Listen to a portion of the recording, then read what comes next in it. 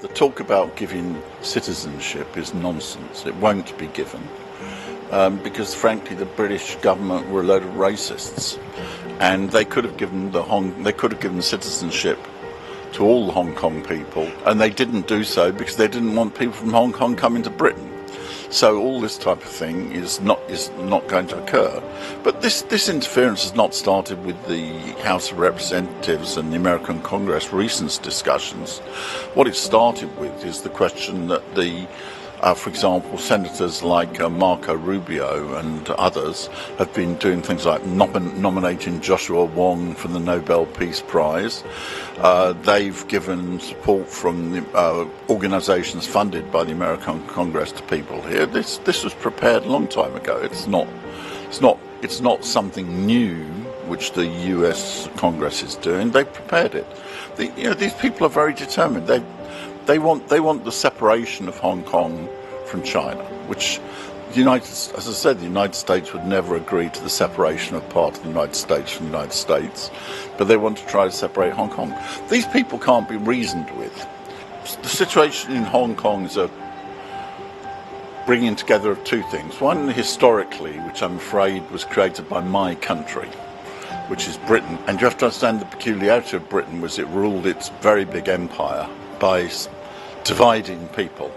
It's traditional, so in Ireland it set Protestants against Catholics, in India it tried to set Hindus against Muslims, and in Hong Kong it tried to send the Hong Kong people to do two things. One is to look up to the British, and two, to look down on the people from the mainland.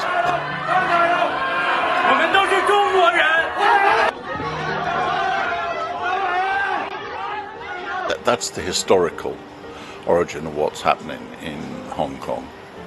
But then in that you have a particular situation where you have an intervention from outside. We should have no illusions. The people who lead these protests, their demands are not the ones that they put forward. That what they really want is they want the separation of Hong Kong from China. They're not going to be reasoned with.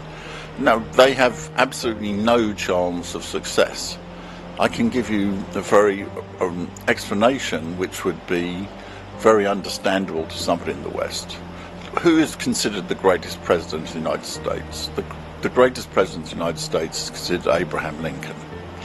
What did Abraham Lincoln do? The South tried to break away, and he sent in the army to crush it.